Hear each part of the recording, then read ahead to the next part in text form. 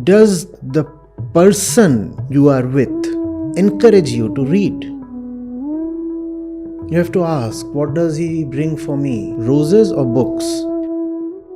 If someone has a stake in making you better, that person will push you towards books. Books are what we all need.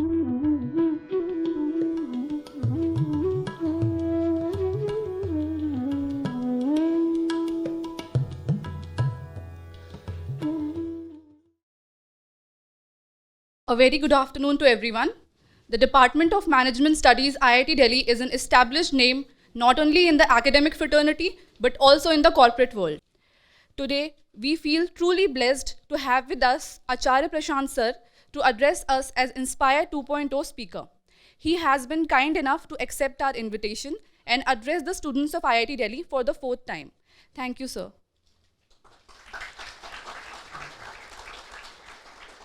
Acharya Prashant needs no introduction. From being an acclaimed Vedanta teacher to a national best-selling author of over 100 books, he is a powerful force of socio-spiritual transformation in today's world. He is a recipient of many awards, including the most influential Vegan of the Year by PETA. He is also a famous TEDx speaker. You would be glad to know that his recent TEDx talk was one of the top 10 most watched talks in March 2023.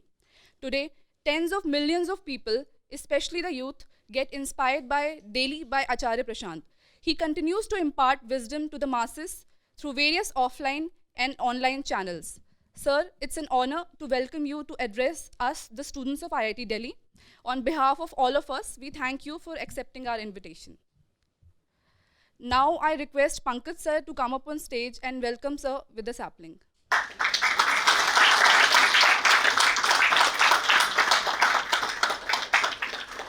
We now pass on the session to members of Prashant Advait Foundation to take the interaction forward. Good afternoon, sir. Myself, Ashank. I'm an MTech student here at IIT Delhi. Sir, most of my friends plans to go to United States or Western countries for higher education and for jobs. When they go there, they tend to adopt the Western culture and leave behind the Indian tradition and Indian culture.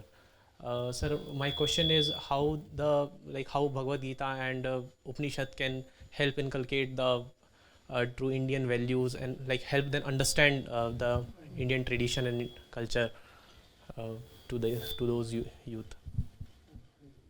We are conflating a couple of things here. Thank you for the question. Please sit. See, Vedanta, that's the Upanishads, Bhagavad Gita, and the Brahma Sutra or Vedanta Sutra. They do not teach you tradition, culture, or values. Let's get this very clear, first of all. Bringing you to the essential truth of your being is in no way the same as teaching you tradition, culture, or values. These are very, very different things. Very different things. In fact, a lot that you let pass by the name of culture or tradition starts appearing quite childish when you delve deep into the Upanishads. Are you getting it? Culture is something that you take from the past as much as you allow the past to influence you, and culture keeps changing. If you read about your culture or traditions, they are today in no way the same as they were even just 50 years back. They have been changing. Note the word change. Whereas if you talk of the Upanishads, they take you to that which is unchangeable. The difference must be very clear. The difference is very stark. culture is all the time changing, right? In fact, you get a new flick, a new release, and you very well know that in its own little way, it changes culture, does it not? Language, for example, is a part of culture. We know that, right? That which you wear is a part of culture. That which you eat, and how you greet, all this is part of culture. Your town planning, right? And of course, the values that you cherish, all that is culture. And does all that not keep changing every passing day? So, Vedanta exists to take you to that which will never change and hence is absolutely reliable. If something changes and changes quite whimsically, would you be able to trust it? Please tell me. Can you base your life on something that is subject to the caprice of time? Please tell me. Take it very personally.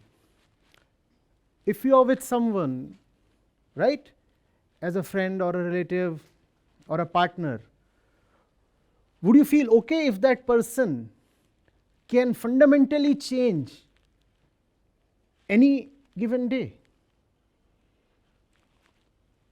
To live, you require that which is not born out of influences, which is not a product of the human mind. Everything that is coming from the society is a product of human mind, and it just keeps changing. If it keeps changing, then it will not be able to take you too far. The purpose of spirituality is to give you the deepest inner assurance possible, the deepest rest and peace possible. And that you can get only if you have something that is not man-made, that is not a product of thought, that is not influenced or conditioned. And culture, values, tradition are not that, not at all. You know that, right? This auditorium did not exist 100 years back. But let's say it did. Would you be sitting here in these same clothes? So things have changed, right? Look at the kind of food you eat today. Is it the same as what your grandparents used to eat? Your language? Even your values. I'm pretty sure a few decades back, we won't have so many female participants here, right? What are you doing studying engineering or business education? What are you doing?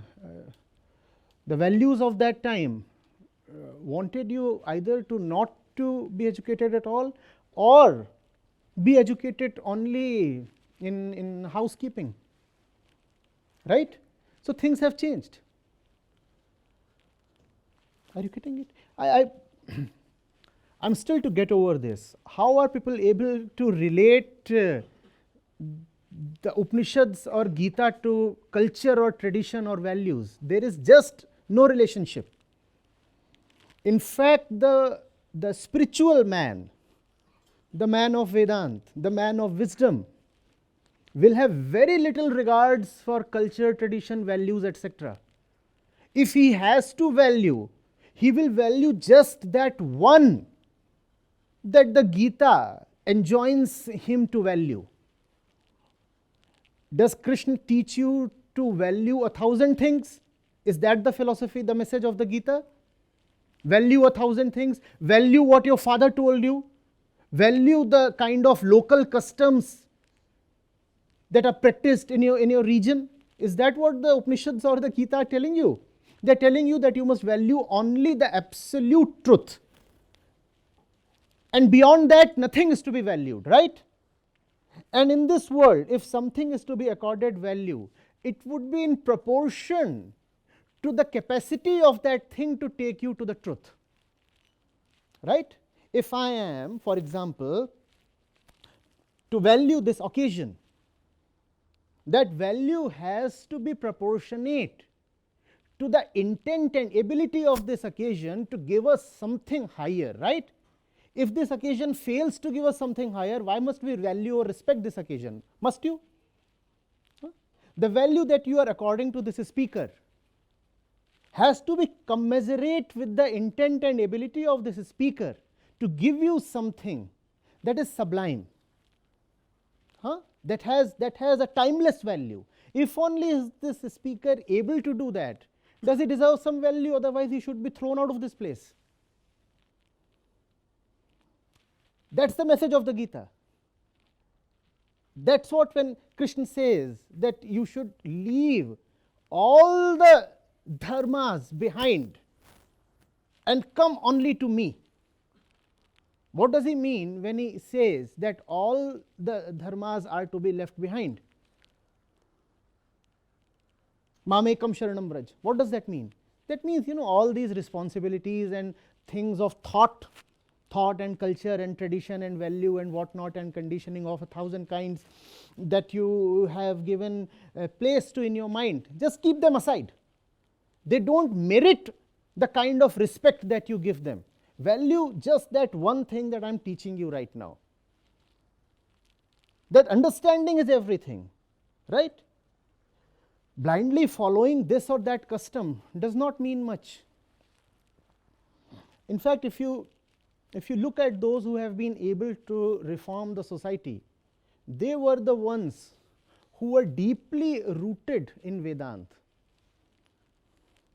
If you will go to the Indian Renaissance of the last 2 centuries, 2.5 centuries, look at the names you come across. Raja Ram Mohan Roy, Debendranath Tagore, D.K. Karve. Who are these people? Where were they coming from? Or Swami Dayanand Saraswati, where were they coming from? Or Swami Vivekanand, for that matter. Or Mahatma Gandhi, he too was a social reformer. Or if you want to take the entire spectrum, then obviously you have to include Dr. Ambedkar, Savitribai Phule, Jyotiba Phule. They were coming from their commitment to the truth, or were they committed to tradition and values and culture? I am asking you, please tell me. If tradition, values and culture are to be accorded a great place, then we would never improve, never. So, if people are going abroad and then refusing to read wisdom literature, that's when I will be alarmed. That's when I will be alarmed. But if they go abroad and let their language be influenced, or their choice of clothing, let the jury be still out. Obviously, I will not want somebody to turn a flesh eater just because he has left India and settled abroad.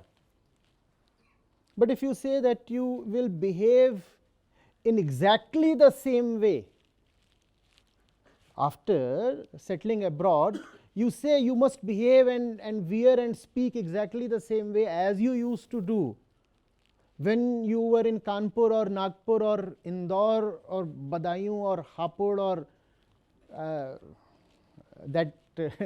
that defies common sense. But if your commitment to the truth starts wavering when you go abroad, then that indeed is a cause for concern. If the Gita was respectable to you as long as you are in India, and once you land abroad, you shun the Gita, then I will be concerned. It's the timeless truth that matters, please understand. Everything else is anyway time dependent, is it not? Except the truth, everything is time dependent, and that which is time dependent must obviously change with time. Kalchakra. Only the truth is Kalatit, Akal, Samayatit, as you put it.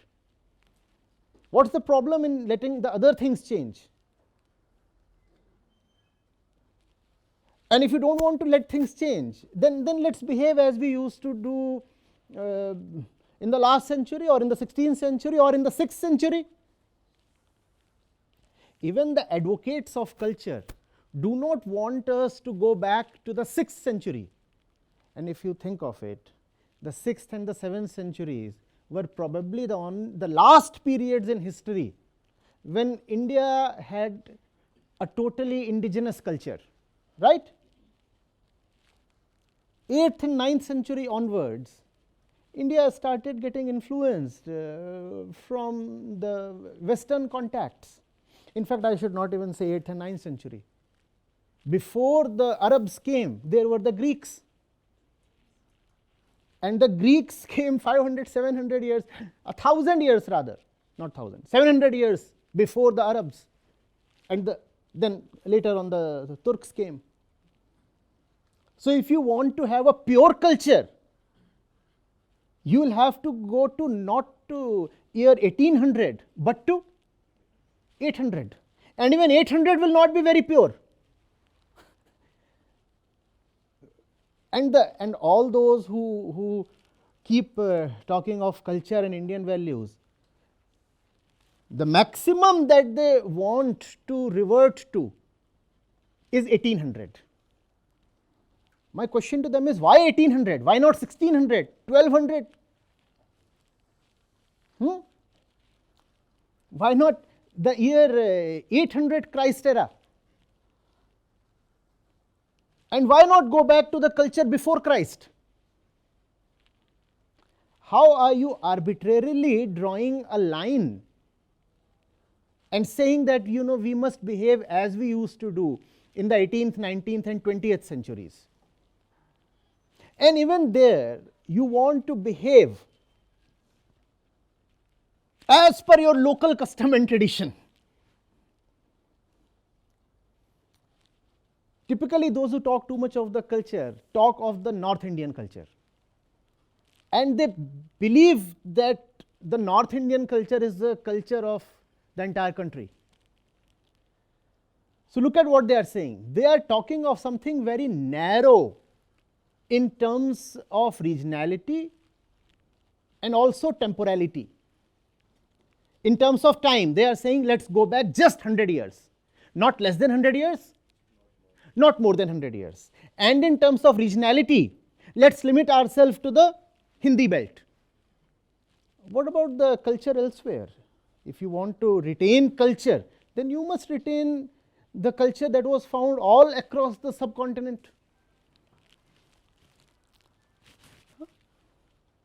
And also, if you really want to retain the culture that existed in India in the 18th, 19th or 20th centuries, then a lot that you do today will have to be stopped.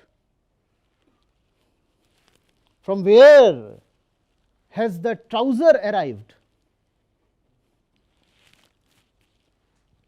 From where have the potato chips arrived?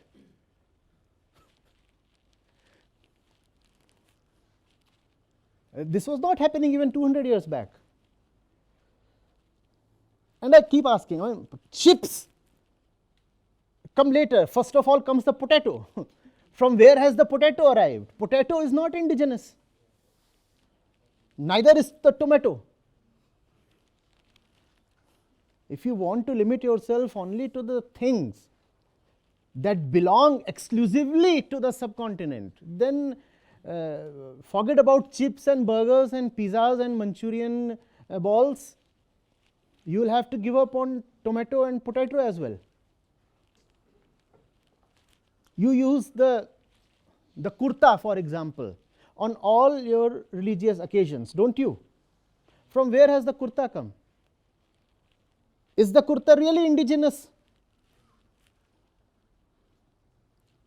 If you talk of things that are exclusively to India, India, mind you, had very little tradition of any upper wear, neither for men nor for women, because we are a hot country.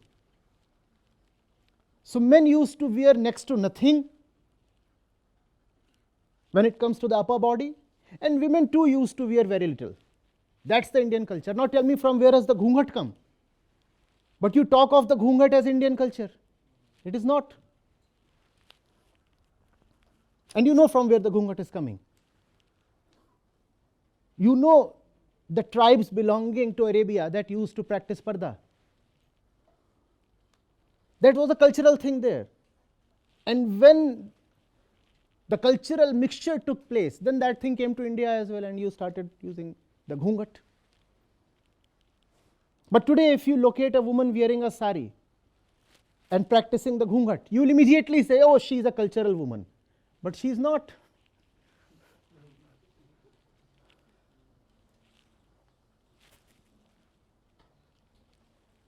The problem is that we don't read. So we do not know. In the name of culture, all that we know of is the stuff that we saw in our houses till a few decades back, and we think that is Indian culture.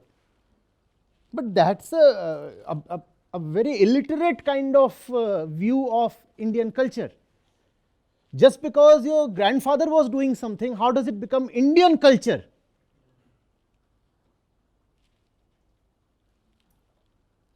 You know what is culture? That which people practice is culture. That which people practice is culture. If a foreigner came to India just around, let's say, 30 years back, he would say chewing the betel nut with supari and katha and chuna and spitting it out selectively on white walls is Indian culture. Because that's what everybody was doing in India, especially on the hospital walls. That's how hygienic we were.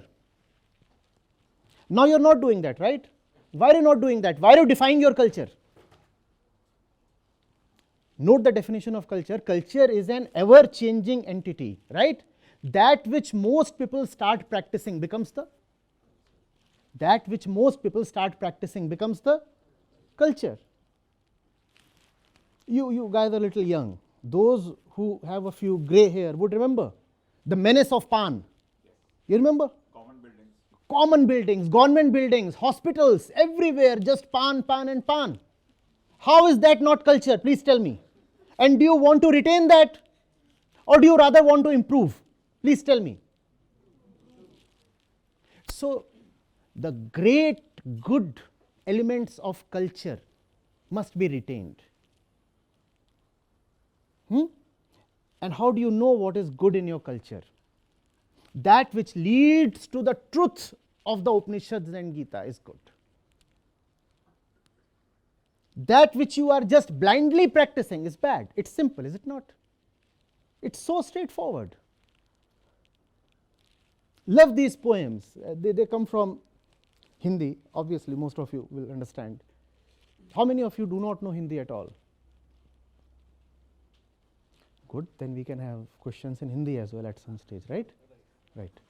So, लो अतीत से उतना ही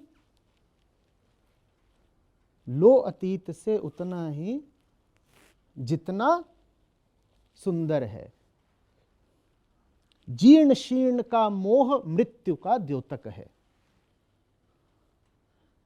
Do not just blindly take everything from the past. That which is life-giving, that which is full of goodness must be retained. And also, new customs can be started. You have to examine your values very carefully. It's not a small thing. What is it that you value? That is the thing that determines your entire life, right? Value means respect. Value means honor. If you value something, you will accord that thing your time, your energy, your mental space, right? Once you start valuing something, you start giving it your money, your time, your energy, your mental space, which is your entire life. So how can you just blindly value something and say, oh, it is a cultural value? No. Value determines life. So be very careful. There is a lot in our past that is immensely great, and there is a lot in our past that we need not touch today. So apply discretion. Are you getting it? I do not like those who think of the past of India as just junk. They want to jettison everything. They say, no, no, no. If it is Indian and it is old, we do not want to touch it. They are fools at one extreme. And at another extreme are fools who say, oh, if it is Indian and it is old, then it is venerable. No. Truth does not lie at either of these two extremes. There is stuff in the past that you must immensely respect. We are talking of the Gita, we are talking of the Upanishads, we are talking of our great philosophers and mathematicians and scientists. Why must we not be proud of them? I am proud of a Karnava, an Ashtavakra, a Kapil, a Kanad, obviously all the rishis of the Upanishads. They are the ones I am proud of. I am proud of Sushrut. I am proud of Aryabhat. They are the ones I am really proud of. There is a lot in our past we can justifiably be proud of. And I have just thrown a few names at you. There are dozens of such great names, but they are not valued. Instead, we value a lot of rubbish from the past. Is that okay? Tell me. Do you like that? We can't.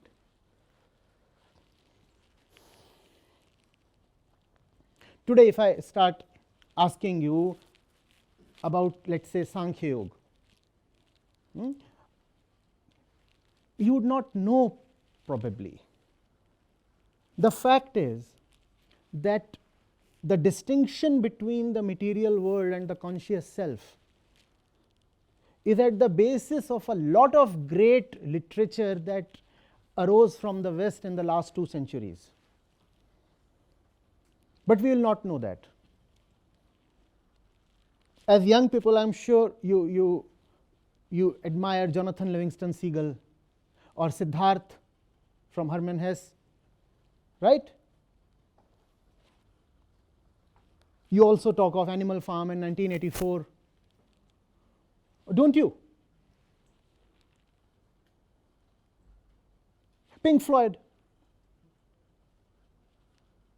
If you go into their works, you will see a distinction between the world and the self. All that is coming from Sankhya Yoga. But today, if I ask you, kindly tell me the originator, you will not know. If I ask you, kindly tell me the important works of Sankhya Yoga, you will not know. Instead, we keep talking of Indian culture, tradition, values. That is not justified. So many people, for example, are practicing yoga today, correct? Even here. How many of you practice yoga in some form or the other, at some time or the other? But if I ask you, have you really gone through Patanjali's works? You will not know. And if you do know them, then I am so thankful and happy.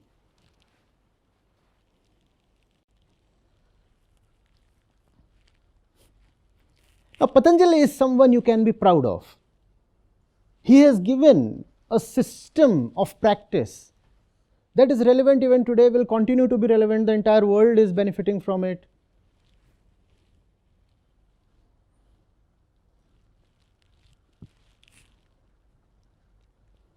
Instead, they get quite angry when they see me in this kind of an outfit. They say, why are you wearing this? What's your problem? I will.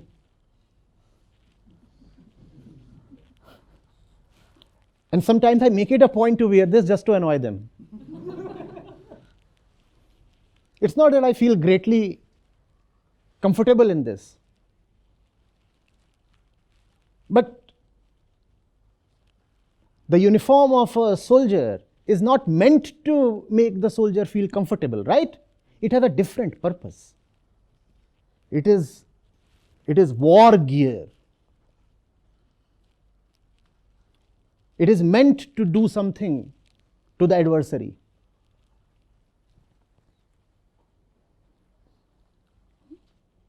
And I have been so comfortable in a kurta like this for very, very long years. It's okay. I'll talk of the Gita in that or in this. How does it matter? Please tell me. Or does it? If Krishna were to come today, would he wear the same kind of clothes you find him wearing? On the grounds of Kurukshetra?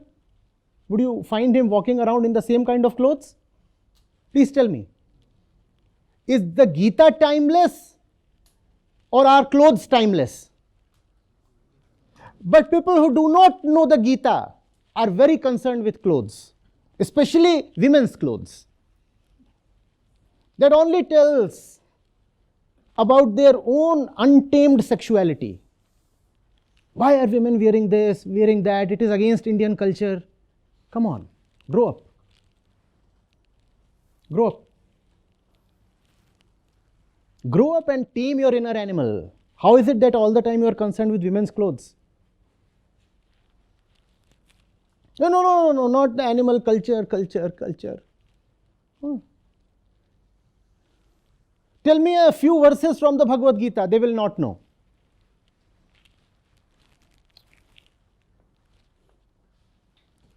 Tell me how does chapter 2 compare and contrast with chapter 4, they will not know.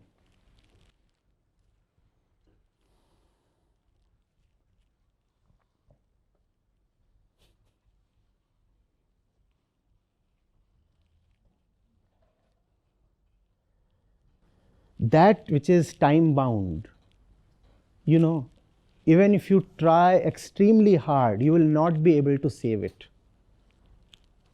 It's not the nature of time to spare anything. Nothing. Buildings, time dependent, right? Food, men and women, kingdoms, time dependent. All that is within time is reduced to zero by time. Time gives birth and time annihilates. Culture, it rises at a point and then it disappears at a point. Come on. Don't you understand the basics of spirituality? That which takes birth in time will one day obviously die in time or change in time. Correct? Wisdom, spirituality, Vedanta, Gita, Upanishads, they exist to take you to the timeless, because it is the timeless that your heart beats for. Spirituality is not about following culture. It is also not about opposing culture. Spirituality is about taking the mind to that which transcends the mind. And whatever the mind has is time stuff. Mind stuff is time stuff.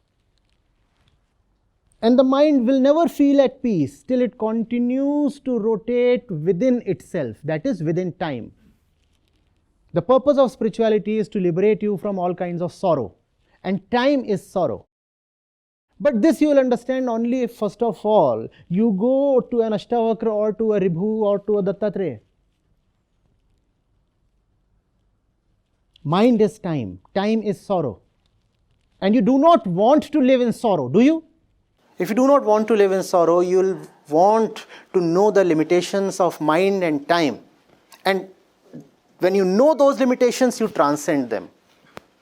That's Atmagyan or self-knowledge, the right word for spirituality. Spirituality is a very loose word. I came across something quite hilarious today. They said, this Acharya, who is not even qualified or something, he keeps talking against rituals. But look at spirituality. It is spirit plus rituality. Forget about epistemology. You have not even studied etymology. You do not know where the word is coming from. This kind of thing.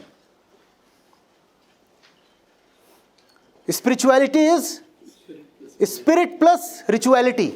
So spirituality is all about following rituals, I say. And you have a lot of these people these days. They call themselves spiritual leaders and they play with words. They just play with words. And this kind of a... For example, give me any word. I'll tell you what they'll make out of it. Let's play a small game. Give me some word. Huh? No, the word has to be long enough so that one can play with it. Huh? Desire. So they will say, when you stop accepting anybody as your boss,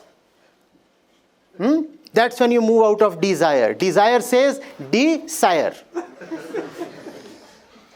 What does sire mean? S-I-R-E.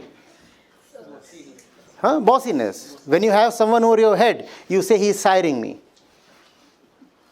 So desire means breaking free. So desire is great. This kind of spirituality is what we have today. Anything goes. You said Shiva. I didn't take that. But it can be taken. And it can be brought down to an unimaginable level. The kind of things they can say. They'll say, you say that the Indian culture has been misogynist. It has not been misogynist. See? She, wah.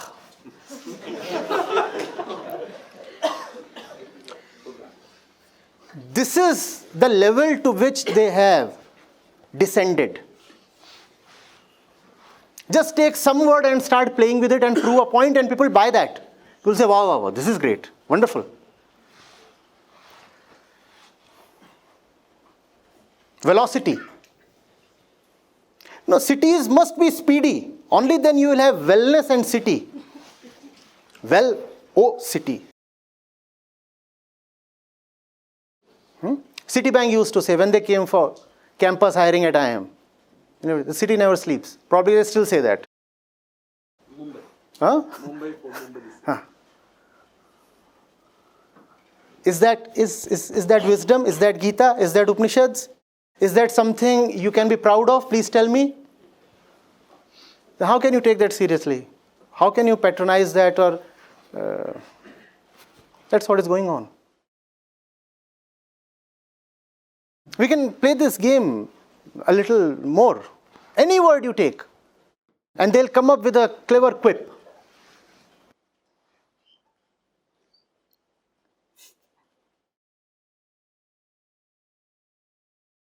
Spirituality is rituals. Beat that.